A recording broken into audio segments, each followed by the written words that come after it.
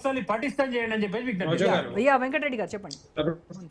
రోజా గారు, ఈ అభిజిత్ దీప్కే అనే అతను అమెరికాలో చదువుకోవడానికి వెళ్ళి అక్కడ ఒక సోషల్ మీడియా ప్లాట్ఫామ్ ఏర్పాటు చేసి దానికి సిజేపి అనే ఒక ప్లాట్ఫామ్ క్రియేట్ చేసేసి అక్కడ నుంచి ప్రపంచవ్యాప్తంగా ఎవరైతే ఉన్నారో వాళ్ళందరూ కూడా జాయిన్ అయ్యారు.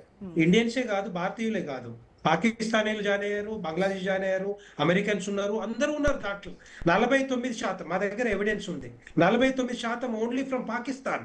వాళ్ళు అక్కడి నుంచి సోషల్ మీడియాలో రెచ్చగొట్టే విధంగా పోస్టులు పెట్టినప్పుడు ఇక్కడ ఉన్న విద్యార్థులు కూడా రెచ్చిపోయే అవకాశాలు ఉంటాయి. దాన్ని కూడా తీసుకోవద్దు వీళ్ళు.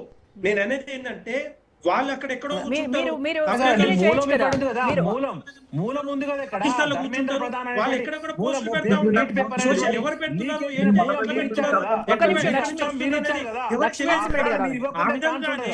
ఈ రోజు జరిగేదంతా కూడా దాని ఎంత కూడా ఏంటంటే నేను ఏమంటున్నా, ఎస్ ఎక్కడో ఆ మిస్టేక్ జరిగింది.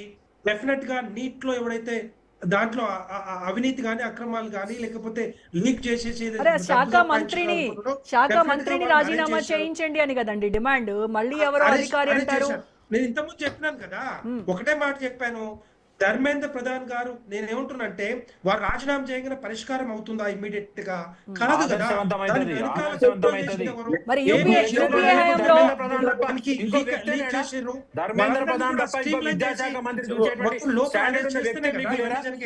మీరు ప్రతిపక్షంలో ఉన్నప్పుడు జరిగినటువంటి లీకేజీలకి మీరు ఎప్పుడు కూడా డిమాండ్ చేయలేదా? ఆ శాఖ మంత్రులు రాజీనామా చేయాలి అని మీరు ఎప్పుడు డిమాండ్ చేయలేదా?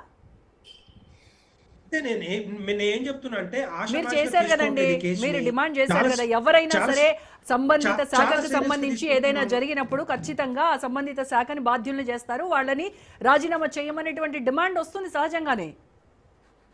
అదే నేను ఏమంటున్నా అంటే ఇప్పుడు కూడా దాని మీద కేసు నడుస్తా ఉంది, ఇన్వెస్టిగేషన్ నడుస్తా ఉంది, సిబిఐకి ఇచ్చాము. అక్కడ ఎవరైతే దానికి పాల్పడ్డారు వాళ్ళందరినీ కూడా అరెస్ట్ చేయడం జరిగింది. ఇవన్నీ కూడా స్ట్రీమ్లైజ్ చేయడానికి కేంద్ర ప్రభుత్వం, ప్రధానమంత్రి నరేంద్ర మోడీ గారు కానీ, విద్యాశాఖ మంత్రి గారు కానీ